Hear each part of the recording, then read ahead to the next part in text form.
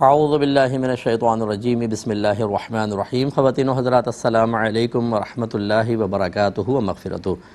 Programme احکام شریعت کے ساتھ ایک دفعہ پھر آپ کی خدمت میں حاضر ہیں، اور خصوصی خوش آمدید کیو ٹی وی یو کے والوں کو بھی جو اس وقت لائیو ہمیں دیکھ رہے ہیں، کیونکہ یہ کچھ عرصے سے اس سعادت سے محرومی تھی، لیکن اب اللہ تعالیٰ نے موقع عطا فرمایا تو آپ ضرور دیکھیں پروگرام، دوسروں کو بھی اس کی ترغیب دیا کیجیے۔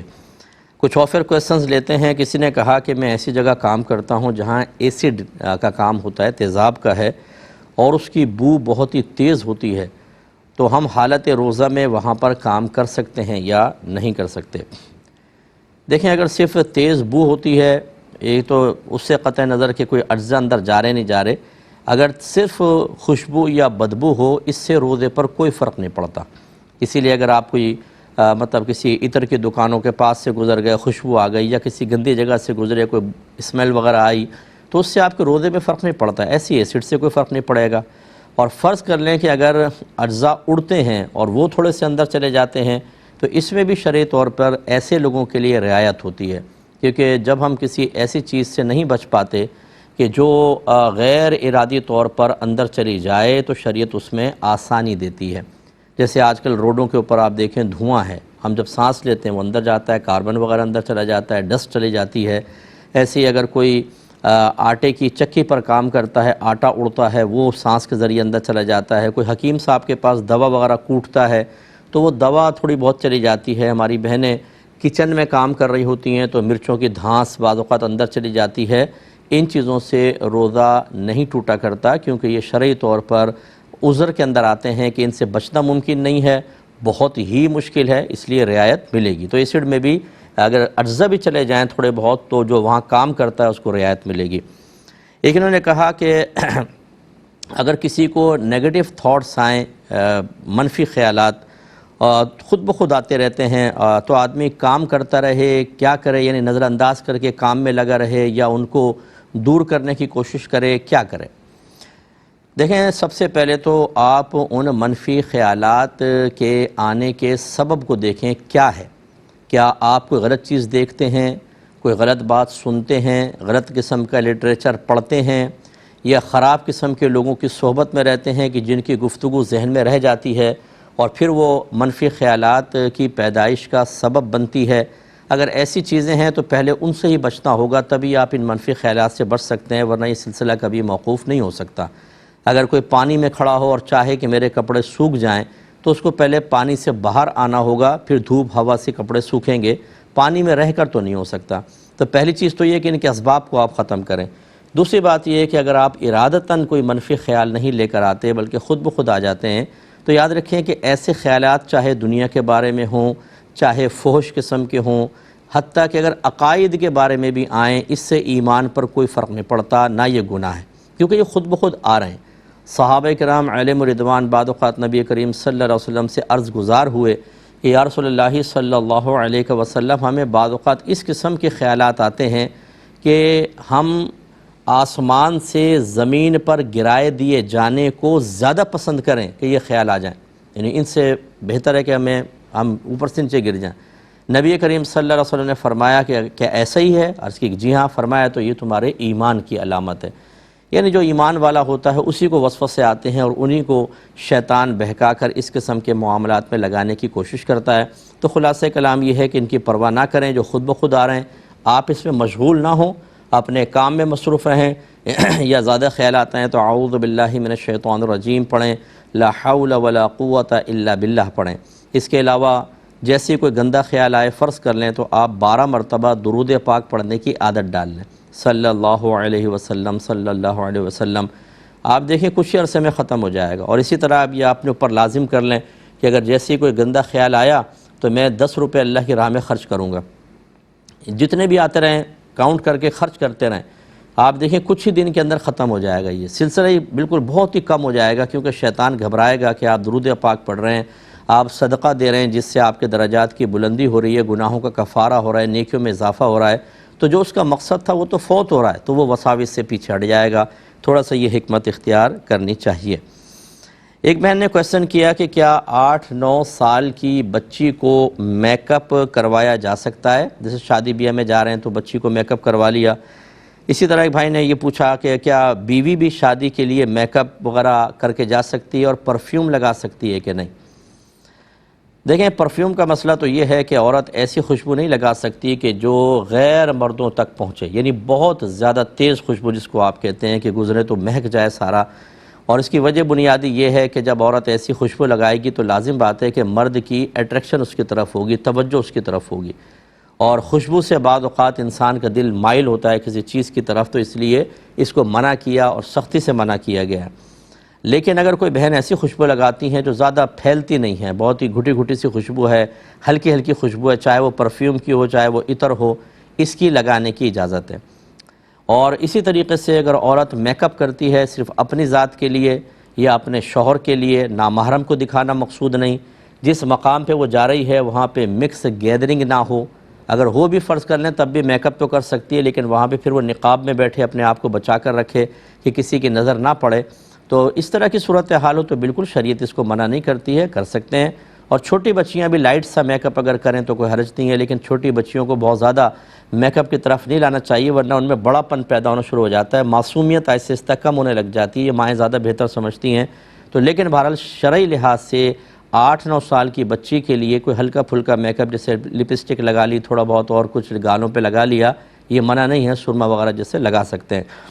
اچھا، بعض اوقات ایسا ہوتا ہے کہ جیسے کسی پبلک ٹرانسپورٹ سے عورت جائے گی، ایسی کے اندر تو بہت ہی قریب قریب چونکہ لوگ ہوتے ہیں، جیسے چنگچی میں بیٹھ گئے، رکشے میں بیٹھ گئے، بس میں چڑھ گئے، تو اس میں تو بہت زیادہ احتیاط چاہیے کہ خوشبو ایسی نہ لگائیں کیونکہ فوراً ہی مرد تک پہنچے گی. لیکن اگر آپ کی پرائیویٹ آپ کی کنونس ہے آپ کے پاس کہ گھر سے آپ نے لگایا، گاڑی میں بیٹھے سیدھے ہال پر اترے اور وہاں سے عورتوں کے حصے میں چلے گئیں خاتون، تو پھر تو اس میں کوئی مسئلہ نہیں ہے. اس لیے یہ کہنا کہ جو عورت خوشبو لگا کر اگر باہر نکلے گی تو اس کے لیے یہ وعید ہے، وہ اس وقت ہے کہ جب وہ باہر نکلے، تیز خوشبو ہو، غیر مردوں تک پہنچے، بہت زیادہ خوشبو ہو، تب وہ وعید ہوگی. ورنہ ہر چیز کو مطلقاً بیان نہیں کر دینا چاہیے. جیسے کہتے ہیں جی غصہ حرام ہے، بھئی ہر غصہ تو حرام نہیں. غیبت حرام ہے، ہر غیبت حرام نہیں ہے، بعض جائز بھی ہوتی ہیں. ایسے محمود غصہ بھی ہوتا ہے جیسے نبیوں کو آتا ہے. ایسے کہتے ہیں جی لالچ بری بلا ہے، تو لالچ ہر ایک تو لالچ بری نہیں ہے. فلمیں ڈرامے حرام ہیں، ہر فلم ہر ڈرامہ تو حرام نہیں ہوتا. ڈاکومنٹریز ہوتی ہیں، دیکھیں 1-1 گھنٹے کی بنتی ہیں، جانوروں کے اوپر ہیں، اسپیس کے اوپر بنائی گئی ہیں، انہیں بھی کہتے ہیں موویز کہتے ہیں، فلمز کہتے ہیں، ان کے ایسا تو نہیں ہے. یعنی مطلب کہنے کا یہ ہے کہ جب جملہ زبان سے نکالا جاتا ہے بعض اوقات وہ تفصیل کا محتاج ہوتا ہے، لیکن ہمارے تبلیغ کرنے والے بھائی مطلقاً بس ایک چھوٹا سا جملہ نکال کر باقی اس کی تشریح، اس کی توضیح پبلک پر چھوڑ دیتے ہیں کہ خود ہی وضاحتیں کر لو اور خود ہی ہر طرح کا نتیجہ مرتب کر لو. اس میں غلط فہمی یہ پیدا ہوتی ہے کہ جیسے اب ایک بہن ہے اپنے گھر سے نکلیں، ان کے پاس کنوینس ہے شوہر کے ساتھ، وہ پرفیوم لگا کے نکلی ہیں، اتنی ہال میں غیر مردوں تک جانے کا موقع ہی نہیں ہے، سیدھے عورتوں کے حصے میں چلی گئیں. اب دوسری عورت کہتی ہے کہ آپ تو خوشبو لگا کر آئی ہیں، اور یہ حدیث میں ہے کہ جو خوشبو لگا کر جو عورت گھر سے باہر نکلے اس کے وہ زانیہ ہے گویا کہ. تو اب اس کا مطلب یہ ہوا کہ جو دوسری بہن تبلیغ کر رہی ہیں ان کو یہ پتہ نہیں کہ کس صورت کے اندر یہ حدیث کے اندر وعید پیدا کی گئی ہے یا بیان کی گئی ہے. اس لیے میں گزارش کرتا ہوں کہ تبلیغ دین کرنے والا جو بھی ٹاپک پر تبلیغ کرنا چاہے، پہلے اس کے تمام آگے پیچھے ہر پہلو پر اچھی طرح غور کر لے، اس کو خود سیکھے، پھر لوگوں کو سکھائیں. ورنہ آپ مطلب تبلیغ سے اصلاح کم اور تخریب کا کام زیادہ کریں گے. کیونکہ میں تو 30 سال سے کام کر رہا ہوں، مجھے پتہ ہے کہ جو سطحی قسم کے تبلیغ کرنے والے ہوتے ہیں یہ پورا خود نہیں سمجھے ہوتے اور ایک چیز مارکیٹ میں ڈال دیتے ہیں، اس کے بعد لوگ جو ہیں آپس میں لڑتے رہتے ہیں کہ نہیں انہوں نے تو فلاں یہ کہا ہے، وہ کہتا ہے نہیں فلاں نے یہ کہا ہے. حالانکہ دونوں بعض اوقات اپنے اپنے مقام پر صحیح ہوتے ہیں، تھوڑی سی تفصیل اور وضاحت چاہیے ہوتی ہے.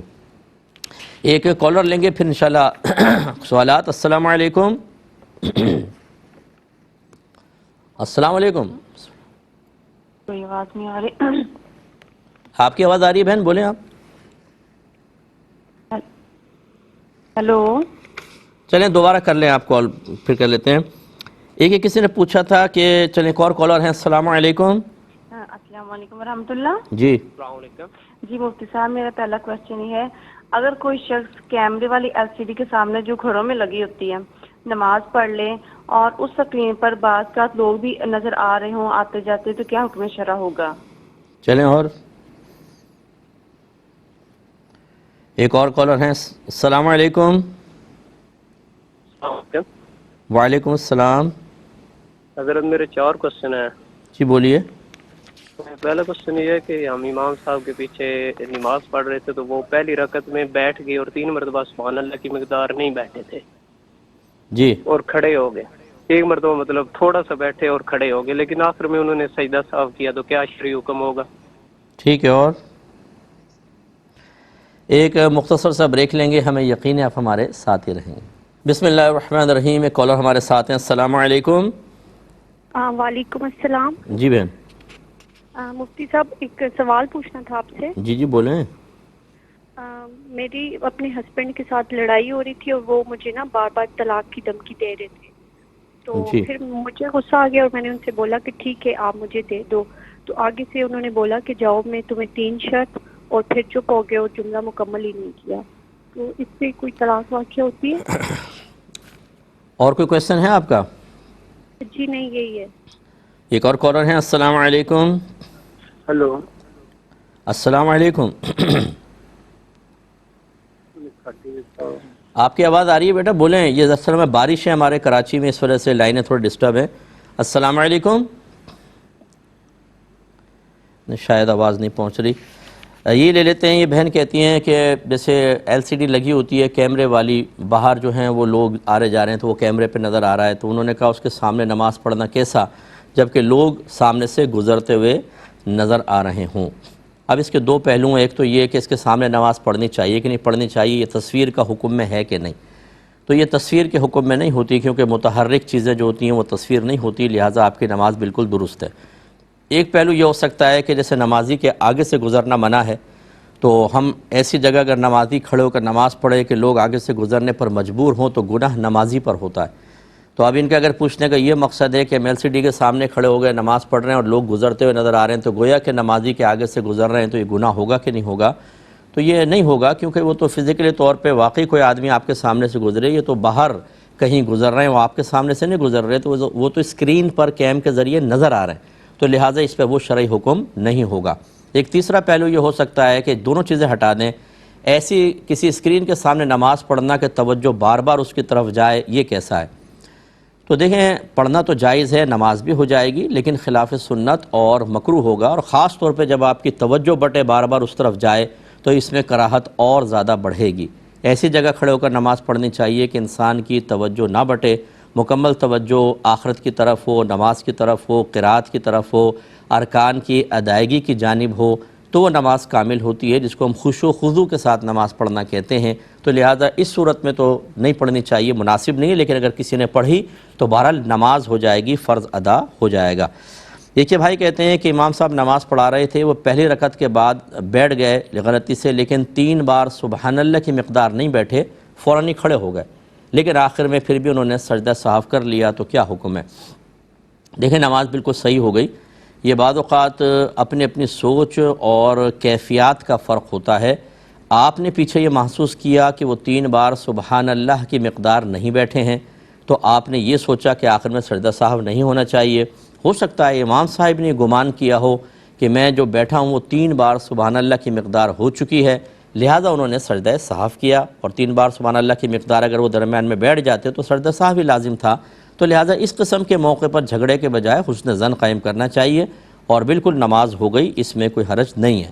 لیکن اگر ہم ان دونوں سچویشن سے قطع نظر دیکھیں کہ اگر آپ نماز پڑھ رہے ہو مثال کے طور پہ اور پہلی رکعت میں غلطی سے بیٹھ گئے پہلی رکعت کے بعد, تو اگر 3 بار سبحان اللہ کی مقدار بیٹھے رہے تو پھر تو آخر میں سجدہ صاحب ہوگا.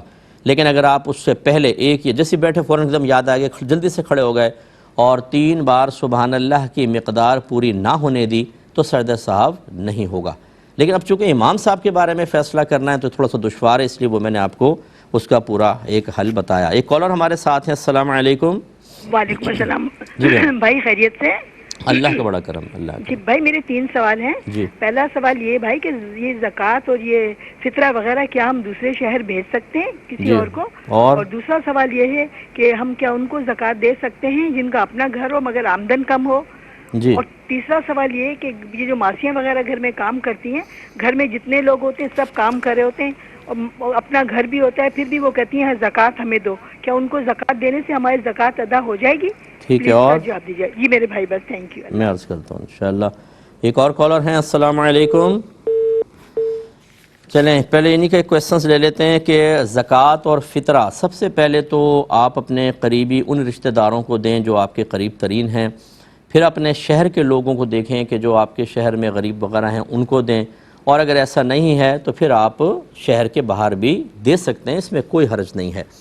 اور خاص طور پہ جیسے اب باہر کے ممالک میں وہاں پہ اطراف میں اکثر ایسے لوگ نہیں ملتے ہیں کہ جو مستحق نظر آئیں، تو اگر وہ یہاں پہ ایشیا کے اندر بھیجتے ہیں، ہندوستان میں، پاکستان، بنگلہ دیش وغیرہ، سری لنکا وغیرہ، تو اس میں شرعاً کوئی حرج نہیں ہے، بھیج سکتے ہیں. لیکن یہ ضروری ہے جیسے میں نے آپ کو عرض کیا کہ سب سے پہلے اپنے قریبی رشتہ داروں میں دیکھیں جو مستحق زکوٰۃ ہو، اس کو فوقیت دیجئے، اس کے بعد پھر اپنے شہر والوں. اچھا پھر شہر والوں کا بھی مسئلہ ایک یہ ہوتا ہے کہ لوگوں کے پاس کھانے پینے کو کافی ہوتا ہے، سب کچھ ہوتا ہے، لیکن پھر بھی وہ مانگتے رہتے ہیں، تو اچھی طریقے سے اس پر بھی غور کرنا چاہیے، کیونکہ اب ایک اور بھی پہلو ہے جس کو ہمیں نظر انداز نہیں کرنا چاہیے. ایک تھا نبی کریم صلی اللہ علیہ وسلم کے دور کا معاملہ کہ دینی معاملات میں جب کبھی نبی کریم صلی اللہ علیہ وسلم نے صحابہ کرام سے کچھ طلب فرمایا کہ چندہ دو، تو انہوں نے دل کھول کر چندے دیے، اور زکوٰۃ کا نظام علیحدہ چلتا تھا، وہ غربا میں تقسیم ہوتی تھی. لیکن آہستہ آہستہ تغیر زمانہ ہوتا گیا اور اب لوگ دین کے لیے خرچ کرنے کے لیے تیار نہیں ہیں، تو اب مجبوراً پھر دینی معاملات کو چلانے کے لیے بھی زکوٰۃ اور اسی طرح فطرہ، اسی طرح صدقات وغیرہ استعمال کیے جاتے ہیں. اب فرض کر لیں مثال کے طور پر آپ کے یہاں کوئی غریب نہیں ہے، تو آپ نے کہا دوسرے غریب کو شہر کے باہر دے دیں، لیکن اگر کوئی دینی ادارہ ہے، صحیح العقیدہ لوگوں کا ہے، اہل سنت کا ادارہ ہے، تو پھر آپ کو اس کو سب مالی سپورٹ کرنی چاہیے. اسی طریقے سے اگر یہاں نہیں ہے، کسی دوسرے شہر میں ہے، تو ان کو دینی چاہیے، کیونکہ دین کا کام اگر آپ نہیں کریں گے، ہم پیٹ بھرنے پہ توجہ رکھتے ہیں، ایمان کی حفاظت پر کوئی توجہ نہیں ہے ہماری. اکثر میں نے یہ دیکھا ہے جی کھانا کھلا دیں گے، ہم غریب کو دے دیں گے، فلاں کو دے دیں گے، اور نہ اس غریب کو علم دین حاصل ہے، نہ اس کو ایمانیات کی پرواہ ہے، نہ وہ یہ جانتا ہے کہ کلمات کفر کیا ہوتے ہیں. آپ نے کھلا پلا کے ٹائٹ کر دیا اس کو، نہ نمازیں پڑھتا ہے، نہ روزہ رکھتا ہے، نہ حج کرتا ہے، نہ زکوٰۃ، گناہ میں ماہر ہے. ہو سکتا ہے، میں نہیں کہتا ہوں کہ معاذ اللہ ایمان ضرور ضائع ہو جائے گا، لیکن اس کو تو ایمان ہی خطرے میں ہے. ایمان گیا، آپ نے جتنا مرضی کھلایا پلایا سب بیکار ہے. اور ویسے بھی نبی کریم صلی اللہ علیہ وسلم نے ارشاد فرمایا کہ تمہارا کھانا صرف پرہیزگار کھائے. اس کی تشریح علماء نے بیان فرمائی ہے، اس لیے بیان فرمایا کہ جب آپ کھانا کھلاتے ہیں، اس کھانے سے جو توانائی حاصل ہوتی ہے، اگر وہ اللہ کی راہ میں خرچ ہوگی آپ کے ثواب ملے گا، اور اگر آپ نے کھلا پلا دیا اور وہ خوب شیر ہو گیا، بے نمازی پن گناہوں میں لگا رہا ہے توانائی حاصل شدہ توانائی کو، تو آپ کے لیے کیا فائدہ ہوگا اس میں؟ تو اب ایمان اسے کیسے بچے گا اور آپ کا کیسے بچے گا؟ جب صاحب علم لوگ ہوں گے، علماء پیدا ہوں گے، ایمان بچانے والے پیدا ہوں گے. ادھر توجہ نہیں ہے، ساری توجہ ہماری انسانیت کے نام پر لگ گئی، دین ثانوی حیثیت اختیار کر گیا، انسانیت جیت گئی. میدان معاشر میں دیکھ لیجیے گا یہ انسانیت آپ کے کتنے کام آتی ہے. اس لیے دین کو بھی آپ سپورٹ دیں، یہ بہت ضروری چیز جو میں نے گزارش کی ہے. ایک یہ بہن فرماتی ہیں کہ زکوٰۃ بعض لوگوں کا اپنا گھر بھی ہوتا ہے لیکن آمدن کم ہوتی ہے، تو ان کو زکوٰۃ دے سکتے ہیں کہ نہیں دے سکتے؟ دیکھیں اپنا گھر تو حاجت اصلیہ میں آتا ہے، یہ کوئی زکوٰۃ لینے کی راہ میں رکاوٹ نہیں ہے. ہاں اگر ایسا ہوتا کہ اپنا گھر ہے اور ایک پلاٹ بھی رکھا ہوا ہے، چھوٹا موٹا پلاٹ، تو اس پلاٹ کی قیمت کا اعتبار ہوگا. ایسا شخص زکوٰۃ نہیں لے سکتا چاہے آمدنی کتنی کم ہو. بھئی پلاٹ ہے موجود، اس کی قیمت ہے اور یہ حاجت اصلیہ سے زائد بھی ہے، تو اب ان کو زکوٰۃ نہیں دے سکتے. ایسے ہی اگر وہ بظاہر ان کی آمدنی کم ہے لیکن سیونگز ہیں، جیسے گولڈ وغیرہ رکھا ہوا ہے گھر کے اندر، تو جس کے پاس وہ گولڈ ہے اسے آپ زکوٰۃ نہیں دے سکتے. اگر وہ 52.5 تولہ چاندی کی مالیت تک پہنچ جاتا ہے تو اس کو نہیں دے سکتے. اگر سارے کے سارے گھر میں غریب ہیں یا باقی غریب نہیں ہے لیکن ایک کے بارے میں کنفرم پتہ ہے کہ اس بیچارے کے پاس کچھ بھی نہیں ہے، اس کو آپ بالکل زکوٰۃ دے سکتے ہیں. تو زکوٰۃ دینے میں بھی ذرا احتیاط کیجیے گا. اور ضمناً میں یہ بات آپ کو گزارش کر دیتا ہوں، اب یہ مسئلہ آیا ہے تو بعض لوگ ہم سے، بلکہ بہت سے لوگوں نے کویسچن کیا کہ جی میں باہر کے ملک میں ہوں، میں اپنے والد کو میں نے زکوٰۃ بھیج دی، بعد میں پتہ چلا ابا جان نے تو غلط آدمی کو زکوٰۃ دے دی. میں اپنی بہن کو زکوٰۃ دے دیتا ہوں، وہ تقسیم کر دیتی ہیں. میں اپنی خالہ کو زکوٰۃ بھیج دیتا ہوں، وہ تقسیم کر دیتی ہیں. میں آپ سب سے گزارش کرتا ہوں یہ مت دیکھیے کہ خالہ ہیں، امی ہیں، پھوپھی ہیں، دادی ہیں. میدان معاشر میں اگر انہوں نے غلط تقسیم کی ہوگی تو آپ کا ان سے یہ اپنائیت کا اظہار کرنا آپ کو نفع نہیں دے گا. میدان معاشر میں آپ زکوٰۃ کی ادائیگی نہ کرنے کی بنا پر قابل گرفت ہوں گے، اور میں نے اکثر یہ دیکھا ہے کہ جن کو آپ بھیجتے ہیں، ایک بات تو یہ کہ انہیں یہی نہیں پتہ ہوتا، شرعی مسئلے ہی نہیں پتہ ہوتے، غلط کو زکوٰۃ دے دیتے ہیں۔ دوسرا پھر ذاتیات، جو تعریف کرے، جو قریب آ کے خدمت کرے، جو مسکے لگائے، ان کو دے دیں گے، اور جو خوددار قسم کا ہو، سفید پوش ہو، وہ آ کے پاؤں کو ہاتھ نہ لگائے، ان کو نظر انداز کر دیں گے۔ اس لیے ذرا ہمیں تھوڑا غور کرنا چاہیے کہ جس کو ہم زکوٰۃ کا وکیل بنا رہے ہیں، چاہے آپ کے والد ہیں، والدہ ہیں، انہیں شرعی مسئلے معلوم ہیں، 2-4 کویسچن کر کے دیکھیں، پھر یہ دیکھیں کہ کیا وہ اتنے اپنی طبیعت اور کیفیات پر غالب ہیں کہ اس آپ کے زکوٰۃ کو صرف اللہ کی رضا کی خاطر دیں گے، اپنے ذاتیات کو دخل نہیں دیں گے، اپنے تعلقات کو دخل نہیں دیں گے۔ میں تو اکثر اگر آپ لاکھ کھڑا کریں گے مسلمان، شاید کہ 2-4 ہوں گے جو اپنی ان باطنی کیفیات سے باہر ہوں۔ ہر ایک اپنے اپنوں کو دے کر جو قریب قریب کے ہیں، باقی مستحق کو اکثر دیتے بھی نہیں ہیں۔ اس پہ توجہ کریں۔ ایک مختصر سا بریک لیں گے، ہمیں یقین ہے آپ ہمارے ساتھ ہی رہیں۔ بسم اللہ الرحمن الرحیم۔ ایک بہن نے کویسچن کیا کہ گھر میں جو ماسیاں ہوتی ہیں بعض اوقات ان کا اپنا گھر بھی ہوتا ہے اور تقریباً گھر کا ہر فرد کام بھی کر رہا ہوتا ہے، لیکن وہ پھر بھی زکوٰۃ کا مطالبہ کرتی ہیں، تو ان کو زکوٰۃ دینا کیسا ہے؟ دیکھیں، وہی جیسے ابھی میں نے گزارش کی کہ اس پہ غور و تفکر کرنا ہوگا۔ اپنا گھر تو کوئی راہ میں رکاوٹ نہیں ہے، وہ تو حاجت اصلیہ میں آتا ہے، اور اس کے علاوہ گھر کے اگر سب فرد کام کر بھی رہے ہوتے ہیں، اگر آپ ان کا ٹوٹل آمدنی ملا لیں، جتنی آپ ماسی کو دیتی ہیں نا، اتنے دوسرے بھی دیتے ہوں گے، ان سب کو اگر آپ ٹوٹل ملا لیں تو دیکھیے کہ کیا آج کے دور میں ایک فیملی اتنے پیسے میں گزارا کر سکتی ہے یا نہیں، تو آپ کو آرام سے اندازہ ہو جائے گا۔ اور مجھے غالب گمان یہ ہے کہ ماسیوں کے پاس، بیچاریوں کے پاس سیونگز نہیں ہوتی ہے، تو اس لیے اگر آپ کو یہ محسوس ہو کہ یہ شرعی فقیر ہیں، ان کے پاس اتنا مال نہیں ہے جو حاجت اصلیہ سے زیادہ ہو، اور تقریباً 52.5 تولہ چاندی تک پہنچ جائے، جو تقریباً آج کل کے دور میں 1,28,000 1,30,000 تک یہ آگے پیچھے اماؤنٹ ہو سکتا ہے۔ اگر اتنا ان کے پاس حاجت اصلیہ کا مطلب ضروریات زندگی کا جو سامان ہے، اس کے علاوہ اضافی اگر ایسا نہیں ہے تو بالکل آپ ان کو زکوٰۃ دے سکتی ہیں۔ لیکن یہ یاد رکھیں کہ زکوٰۃ دیں صرف اللہ کی رضا کی خاطر، یہ نہیں ہے کہ آپ نے زکوٰۃ دیا تو کہا آپ 1 گھنٹے زیادہ کام کرو، ہم نے تمہیں زکوٰۃ دی ہے، تو یہ تو آپ نے زکوٰۃ کے اوپر نفع لے لیا۔ یاد رکھیں کہ زکوٰۃ کی درست ادائیگی کے لیے اخلاص شرط ہے۔ اخلاص شرط کا مطلب یہ ہے کہ اس سے آپ کوئی ذاتی نفع نہیں لے سکتے اس پیسے سے، تو لہٰذا اب یہ کرنا کہ آپ پیسہ زکوٰۃ کا تو دیں، اور اب یہ خواہش ہو کہ اب ذرا اچھی طرح رگڑ کے فرش کو صاف کرے، ڈسٹنگ زیادہ اچھی کرے، برتن زیادہ دھو کر جائے، تو اس کا مطلب ہے آپ تو زکوٰۃ کا بدلہ لے رہے ہیں، تو اس طرح پھر زکوٰۃ کی ادائیگی مشکوک ہوگی۔ میں نہیں کہوں گا کہ فرض ادا نہیں ہوگا، فرض ادا ہو جائے گا، لیکن بہرحال آپ کے لیے آخرت میں ہو سکتا ہے گرفت کے امکانات ہوں۔ تو زکوٰۃ کا معاملہ بالکل علیحدہ رکھ کر اگر دینا چاہیں تو دیں، باقی تنخواہ کے حساب سے ان سے کام لیں، اضافی زکوٰۃ دینے کی بنا پر اضافی کام نہیں لے سکتے ہیں۔ یہ ایک بھائی نے کویسچن کیا تھا، یہ آفر تھا کہ ہم جس علاقے میں رہتے ہیں وہاں پر غیر مسلم زیادہ ہیں، ہم کم ہیں، تو کیا غیر مسلم کو فتنے فساد سے بچنے کی غرض سے ان کی عید کی مبارکباد دینا اور سلام وغیرہ کرنا، اس کی کیا شرعی حیثیت ہے؟ دیکھیں، بالکل اس کی اجازت نکلے گی۔ باہر کے بہت سے ملکوں میں لوگ ایسے رہتے ہیں، ایک گھر مسلمان کا ہے، باقی سب انگریزوں کے گھر ہیں۔ ایسے ہمارے پڑوسی ملک میں ایک مسلمان کا گھر ہے، پورا کا پورا گاؤں غیر مسلمین کا ہے۔ ایسے اس میں اگر آپ روڈلی رویہ رکھیں گے اور بالکل آپ یہ چاہیں گے کہ میں غیر مسلم سے ایک اس کے عقیدے کی خرابی کی بنا پر منفی رویہ رکھوں، تو یہ آپ کے لیے، آپ کی فیملی کے لیے، آپ کی جان اور آپ کی مال اور آپ کی عزت و آبرو کے لیے شدید خطرہ ہے۔ تو لہٰذا ایسی صورت میں بہت زیادہ آپ کو یہ بھی نہیں کہ اپنائیت کے اظہار کرنے کے لیے آپ عبادات شروع کر دیں ان کی، اور غلط قسم کی جو رسومات ہیں ان میں باقاعدہ شرکت کرنا شروع کر دیں، یہ ثابت کرنے کے لیے کہ جی ہم تو بھائی بھائی ہیں، اس کی بھی اجازت نہیں ہے۔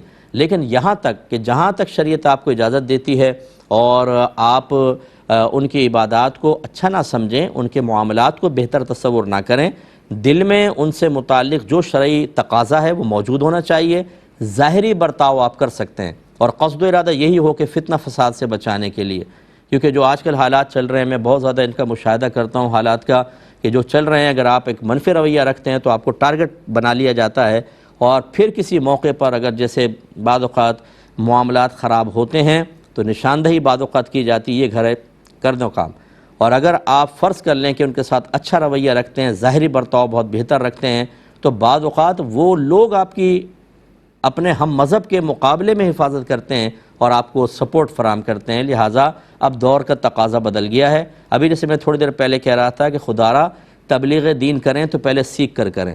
بعض لوگ فوراً اسٹریٹ فارورڈ، نہیں یہ نہیں کرنا، وہ نہیں کرنا، وہ نہیں کرنا. ارے بھائی آپ نے تو کہہ دیا. اس بیچارہ جس وہ حالات میں رہ رہا ہے، آپ نے اس کی تو عزت، جان، مال اور سب کچھ خطرے میں ڈال دیا. اگر وہ آپ کی بات پر عمل کرے گا وہ تو مرا پڑا ہوگا، کٹا ہوگا. تو اس لیے خلاصہ کلام یہ ہے کہ ضرورتاً اور شریعت کی اجازت کے ساتھ، ایک لمٹ کے ساتھ آپ غیر مسلمین سے اچھا رویہ رکھ سکتے ہیں، اس میں کوئی حرج نہیں ہے. اس طرح انہوں نے کہا کہ غیر مسلم، اچھا اس طرح سلام دعا کرنے میں بھی تھوڑا بہت حرج نہیں ہے. اس طرح غیر مسلم سلام کرے یا مبارکباد دے تو بالکل آپ اس کو جیسا وہ سلام کر رہا ہے اس طرح کا جواب دے لیں. مثلا اگر وہ کہتا ہے السلام علیکم، فرض کر لیں غیر مسلم ہے، آپ کہیں وعلیکم السلام. السلام علیکم کا مطلب اللہ تعالیٰ تم پر رحمت نازل فرمائے، سلامتی نازل فرمائے. آپ کہتے ہیں وعلیکم السلام، اللہ تجھ پر بھی سلامتی نازل فرمائے. اب کیا کافر کو ایسی دعا دے سکتے ہیں؟ تو اب آپ بظاہر تو دینا پڑے گا نا، آپ کو جواب دینا ہے، لیکن دل میں یہ نیت کریں کہ اللہ تعالیٰ اس کو ہدایت کے ساتھ سلامتی عطا فرما. وہ بظاہر آپ لفظ نہیں کہہ رہے لیکن قصد و ارادہ یہ کریں تو انشاءاللہ محذوفات بہت سارے ہوتے ہیں کلام کے اندر. ہم جب پڑھتے پڑھاتے ہیں تو بہت سی چیزیں لکھی نہیں ہوتی لیکن وہ وہاں پر مقصود ہوتی ہیں، تو اس طریقے سے آپ کر کے ضرور کریں، اس میں کوئی حرج نہیں ہے. ایک کالر ہمارے ساتھ ہیں. السلام علیکم. وعلیکم السلام. مفتی صاحب میرا ایک سوال تھا. جی. میرے والد صاحب جو ہے ان کی ایک دکان تھی، کرائے کی تھی، لیکن انہوں نے اس کے اوپر 40 سال یعنی کام کر کے نام بنایا تھا. تو انہوں نے اپنے بعد جو ہے ریٹائرمنٹ کے بعد اس دکان سے میرے سے چھوٹے جو 2 بھائی تھے ان کو بٹھا دیا اس کے اوپر، اور انہوں نے اس کے اوپر سے ارن کر کے جو ہے ہمارا گھر ایک بن رہا تھا اس کے اوپر پیسے لگائے. لیکن والد صاحب کی وفات کے بعد جو ہے وہ انہوں نے ہم سے سود سمیت وہ پیسے واپس لے لیے، حالانکہ انہوں نے وہ بتایا نہیں تھا کہ ہم آپ سے پیسے واپس لیں گے. والد صاحب نے اپنی زندگی میں جو ہے وہ ایک گھر، وہی جو گھر جس میں دیکھیں اتنا لمبا مسئلہ دیکھیں یہاں پہ نہیں چل سکتا ہے. میں بڑی معذرت چاہتا ہوں، آپ کو بیچ میں روک دیا. یہ آپ کی ذاتی نوعیت کا مسئلہ ہے، اس میں پبلک کے لیے سیکھنے کے لیے بہت کم ہے. آپ میرا نمبر لے لیں کنٹرول روم سے اور آپ مجھے واٹس ایپ کر دیجیے گا، میں آپ کو جواب دے دوں گا انشاءاللہ. یہ بہت پیچیدہ مسئلہ ہو جائے گا لمبا، اس لیے میں بڑی معذرت چاہتا ہوں اپنے بھائی سے. ایک اور کالر ہے. السلام علیکم. السلام علیکم. شاید لائن ڈراپ ہو گئی ہے. ایک ہی بھائی نے کویسچن کیا تھا کہ بعض اوقات برتن یا بالٹی ناپاک ہو جاتے ہیں تو کیا ہم ایسا کر سکتے ہیں کہ اس کو نلکے کے نیچے رکھ کر نلکا کھول دیں اور وہ پورا بھر کے تھوڑا سا پانی بہہ جائے تو کیا وہ پاک ہو جائیں گے یا نہیں ہوں گے؟ دیکھیں پہلی بات تو یہ کہ اگر اس میں نجاست کوئی ایسی لگی ہوئی ہے کہ اگر آپ پانی بہا بھی دیتے ہیں تو وہ نجاست نہیں نکلتی، جیسے چپکی ہوتی ہے بعض اوقات کوئی چیز، تو سب سے پہلے تو یہ کرنا ہوتا ہے کہ اس نجاست کو کھیڑیں اور اس کو گرائیں، اس سے دور کریں. اب آپ یہ کر سکتے ہیں بالکل جیسے آپ نے کہا کہ نلکا کھول دیں، جب وہ بہے گا تو پھر وہ بالکل جیسے تھوڑا سا بہے گا بھر کر، برتن پاک، بالٹی پاک. اور اگر ایسا نہیں ہے، جیسے بچے نے پیشاب کر دیا مثال کے طور پہ تھوڑا بہت، یا اندر کوئی ناپاک چیز چلی گئی لکوڈ کے اندر اور وہ نظر نہیں آ رہی ہے، اس میں یہی طریقہ ہوتا ہے کہ آپ نلکا کھول دیں اور تھوڑا سا اس کو بہا دیں، بھرنے دیں، بھر کے بہہ جائے تھوڑا سا، بس پاک ہو جائے گا. اور اب جو اس کے اندر پانی پڑا ہوا ہے وہ بھی پاک ہے. یہ نہیں ہے کہ اب آپ اس کو سارا بہا دیں، اس کو آپ استعمال کر سکتے ہیں، آپ کا برتن اور بالٹی بالکل پاک ہو چکے ہیں. ایک یہ کویسچن ہم سے کیا گیا تھا کہ اگر کوئی یہ کہے کہ جو میلاد مصطفیٰ صلی اللہ علیہ وسلم کا انکار کرتا ہے تو اسے قل یا ایھا الکافرون کا خطاب ملتا ہے، کیا یہ صحیح ہے؟ نہیں، یہ بالکل ٹھیک نہیں ہے. دیکھیں بہت سی چیزیں جو ہیں وہ مستحبات میں ہوتی ہیں اور ہم خود اس کو جواز پر کلام کرتے ہیں، لیکن اس کا مطلب یہ نہیں ہے کہ اگر فرض کر لیں کہ اس کا انکار کیا جائے تو پھر اس پہ اتنا سخت حکم کہ کافر کہہ دیا جائے، یہ غلط ہوتا ہے. یہ اچھی طرح یاد رکھیں کہ بعض اوقات انسان ایک جوش مذہب میں، جوش عقیدت میں کوئی حکم جاری کر رہا ہوتا ہے اور اسے اس کی قباحت کا احساس نہیں ہوتا، سامنے والا تباہ نہیں ہوتا، یہ خود تباہ ہو جاتا ہے، حالانکہ نبی کی محبت میں کر رہا ہوتا ہے، مذہب کی محبت میں کر رہا ہوتا ہے. اس کا مطلب یہ ہوا کہ محبت، عقیدت جب تک دائرہ شریعت میں رہے گی آپ کے لیے نافع ہے، اور اگر وہ دائرہ شریعت کو ہی پھلانگ جائے تو آپ کا، اگر یہ آپ کی خوش فہمی ہے کہ میں اللہ کے بارے میں اس کی محبت میں جو کچھ کہتا رہا ہوں، نبی کی محبت میں جو کچھ کہتا رہا ہوں، اہل بیت اطہار صحابہ کی محبت میں کچھ بھی کہتا رہا ہوں، میری آخرت میں کوئی گرفت نہیں ہوگی، تو یہ آپ کی خوش فہمی ہے. اس پر دلیل لائیے قرآن و حدیث سے. آپ کے نبی کریم صلی اللہ علیہ وسلم ارشاد فرماتے ہیں کہ جو کسی مسلمان کو کافر کہے اور وہ کفر کا اہل نہ ہو، یعنی وہ کافر نہیں ہے، تو یہ کفر کہنے والے کی طرف لوٹ آتا ہے. علماء نے فرمایا اگر اس کے ظاہر کو لیں تو اس کا مطلب یہ ہے کہ جو کسی پر کفر کا فتویٰ لگائے اور سامنے والا واقعی کافر نہ ہو، غلط فتویٰ لگایا تو خود کہنے والا کافر ہو جائے گا، اس کو تجدید ایمان اور تجدید نکاح کرنا ہوگا۔ جیسے اس مسئلے میں اگر صرف میلاد مصطفیٰ صلی اللہ علیہ وسلم کو بنیاد بنایا جائے، یہ ایک امر مستحب ہے، کرنا چاہیں کریں، وہ بھی قیودات کے ساتھ۔ میں بہت زیادہ اس کے اندر کلام کرتا ہوں کہ غلط طریقے جو خرافات ہمارے ہاں رائج ہو گئی ہیں اس کو ختم کرنا چاہیے، لیکن فی نفسی ہی میرے آقا صلی اللہ علیہ وسلم کا میلاد منانا یہ مستحب ہے، باعث بلندی درجات ہے، انشاءاللہ گناہوں کا کفارہ بھی ہوگا، سرکار کی محبت میں اضافے کا سبب بھی بنتا ہے۔ لیکن اس کا مطلب یہ نہیں ہے کہ اگر کوئی میلاد مصطفیٰ کا انکار کرے یا میلاد مصطفیٰ نہ منائے تو ہم اس کو کافر کہیں، اس بنیاد پہ نہیں کہہ سکتے۔ یہ پاسبل ہے کہ اس کے ساتھ ساتھ وہ کچھ اور غلط کام کر رہا ہو، ان غلط کاموں کی بنیاد پر کوئی کہے تو الگ بات ہے، لیکن خاص میلاد مصطفیٰ صلی اللہ علیہ وسلم کا انکار کرنا کفر نہیں ہے، یاد رکھیں۔ تو یہ میں تمام اپنے بہن بھائیوں سے، کیونکہ ہم اپنے بہن بھائیوں کا ایمان بچانے کے ذمہ دار ہیں جہاں تک ہو سکے، تو اس لیے ہم آپ کو صحیح مسئلہ بیان کریں گے، جوش جذبے میں آگے نہ بڑھیں، اپنی لمٹ کو کراس نہ کریں۔ آج کل اسٹیجز کے اوپر وہ کافر، فلاں مشرک، فلاں بدعتی اتنی جرأت مندی کے ساتھ بیان ہوتا ہے، میں حیران ہو جاتا ہوں کہ یہ کچھ بھی خوف خدا نہیں ہے دل کے اندر کہ آپ کسی کے بارے میں ایک دم ایسا اسٹریٹ فارورڈ بول دیتے ہیں۔ یہ ابھی مجھے کسی نے کچھ بھیجا تھا، بہرحال میں آپ کو نشاندہی نہیں کرتا ہوں کیونکہ ہمارا یہ اسٹیج بھی نہیں ہے، نہ میری ایسی عادت ہے، لیکن کویسچن یہ ہوا کہ مزارات پہ جانا کیسا ہے، تو کہا حرام ہے اور گناہ کبیرہ ہے۔ ارے بھائی، بغیر کسی قید کے، بغیر شرائط کے، بغیر لیمیٹیشنز کے، بغیر کوئی کنڈیشن بیان کیے کیسے آپ کہہ سکتے ہیں مزار پہ جانا حرام اور گناہ کبیرہ ہے؟ کیا میرے آقا صلی اللہ علیہ وسلم کا مزار مبارک نہیں ہے؟ آپ کے کہنے کے مطابق تو مزار پہ جانا گناہ کبیرہ ہے، آپ نے کوئی استثناء نہیں کیا، آپ نے کوئی کنڈیشن نہیں لگائی، تو پھر وہاں پہ جانا بھی حرام اور گناہ کبیرہ ہے۔ اور جن لوگوں نے اس کو بنایا، اس مزار مبارک کا، ان کے بارے میں کیا حکم ہے؟ اور جنہوں نے ابھی تک قائم رکھا ہوا ہے ان کے بارے میں کیا حکم ہے؟ ایسے شہدائے احد کے مزارات پہ حاضری ہوتی ہے، جنت البقیع کے مزارات پر ہم جاتے ہیں، اگرچہ وہ مزار اب عمارتی لحاظ سے ڈھا دیے گئے نہیں ہیں، لیکن بہرحال بی بی فاطمہ رضی اللہ تعالی عنہا کا مزار ہے۔ اسی طرح مکے کے اندر جنت المعلی ہے، بی بی خدیجۃ الکبریٰ رضی اللہ تعالی عنہا کا مزار ہے، تو کیا وہاں سب جگہ جانا اس طرح ہوگا؟ مطلقاً ایسا نہیں بیان کرنا چاہیے۔ اگر کوئی غلط کام ہو رہا ہے ضرور اس کو سمجھائیں، آپ کی بلکہ ذمہ داری ہے اس کو سمجھائیں، لیکن آپ ایسے بس اپنے کسی کو خوش کرنے کے لیے، یا یہ مطلب یہ کہ بس لوگوں کو جی اب کون ڈیپ تفصیل میں جائے، ایک مبہم سی بات کر کے غلط فہمیاں پیدا کرنا، یہ ایک مصلح کا کام نہیں ہوتا ہے، یہ چیز غلط ہے۔ اس لیے خدا را جوش جذبے میں خود غلط کام انسان کرے گا تو قابل گرفت ہوگا، ایسا ہرگز نہیں ہونا چاہیے۔ یہ بہن نے کویسچن کیا تھا کہ جب عورت سر کا مسح کرتی ہے، اس کے بعد کانوں کے مسح کی باری آتی ہے، تو کیا وہ ایئر رنگز جو ہیں، بندے وغیرہ اتارنے ہوں گے پھر وہ مسح کریں، یا بغیر اس کے بھی کر سکتی ہیں؟ یہ کہتی ہیں کہ میں ہر وضو میں اتارتی ہوں تو مجھے بڑی پریشانی ہوتی ہے۔ تو پہلی بات تو بہن آپ کی میں سوال کا جواب دے دیتا ہوں کہ یہ ایئر رنگ اتارنے کی کوئی حاجت نہیں ہے، بس آپ جتنا حصہ ہے اس کے اوپر آپ پھیر لیں، اپنا ہاتھ مسح ہو جائے گا، کوئی اس میں کمی نہیں آئے گی، مسئلہ نہیں ہے۔ دوسری بات یہ کہ آپ کو پریشانی کیوں ہے؟ یہ اس لیے ہے کہ آپ نے دین سیکھا نہیں ہے، آپ نے خالی دیکھ دیکھ کے وضو کرنا سیکھ لیا، یا اگر کسی سے سیکھا بھی ہے تو ان لوگوں سے سیکھا ہے کہ جن کو خود وضو کرنا نہیں آتا۔ جیسے ہماری مساجد کے اندر ہمارے بچے جاتے ہیں، وہ بیٹھتے وضو خانے پہ، دیکھتے ہیں کہ یوں وضو کر رہا ہے، ایک یہ مار رہا ہے، ایک یہ ہاتھ چلا رہا ہے، ایک مسح کر رہا ہے، تو نلکے کی بڑی بھاری مقدار اس نے تیز دھار کھولی ہوئی ہے، بچے ان کو دیکھ دیکھ کے سیکھ لیتے ہیں۔ یہ پتہ ہی نہیں بچوں کو کہ ان میں سنت کے مطابق کون کر رہا ہے، خلاف شرع کون کر رہا ہے۔ داڑھی ہے سر پہ، نمازی ہیں 45 سال سے، لیکن حرام کر رہے ہیں، پانی بہا رہے ہیں اور ضائع کر رہے ہیں جتنا شریعت کا مطالبہ اس سے کئی گنا زیادہ بہا کر گناہ کبیرہ کے مرتکب ہو رہے ہیں، وہ بچے سیکھ رہے ہیں۔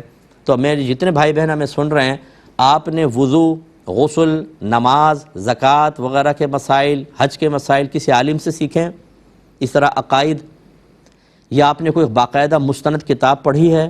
جواب ہوگا نہیں، وہی بس چاچا، ماما، تایا، پھپھی، خالہ، آپا، باجی، انہوں نے سکھا دی ہیں، اور یہ پھر ہمارے یہاں خرابیاں پیدا ہوتی ہیں۔ اس لیے بہن آپ کی پریشانی کی وجہ یہ ہے کہ آپ نے علم دین نہیں سیکھا، اور یہ ایک مسئلہ نہیں ہے، ہزارہ مسائل میں ایسا ہوگا کہ آپ کو پتہ بھی نہیں ہوگا اور آپ گناہ کبیرہ کر رہے ہوں گے۔ یہاں تو آپ بچ گئی ہیں، لیکن گناہ کبیرہ کر رہی ہیں، اور آپ کو تب پتہ چلے گا جب ملک الموت علیہ السلام آپ کی روح قبض کریں گے نا، آپ مریں گی، تو پھر آپ کو پتہ چلے گا کہ یہ فلاں گناہ تھا، فلاں گناہ ہوا تھا، فلاں گناہ، اور میدان معاشر میں خاص طور پہ اس لیے میں ترغیب دیتا ہوں کہ علم دین سیکھیں۔ اب چونکہ وقت تقریباً ختم ہو گیا، انشاءاللہ نیکسٹ فرائیڈے آپ سے ملاقات ہوگی۔ اس وقت تک کے لیے اپنے میزبان کو، کیو ٹی وی کی پوری ٹیم کو اجازت مرحمت فرمائیں۔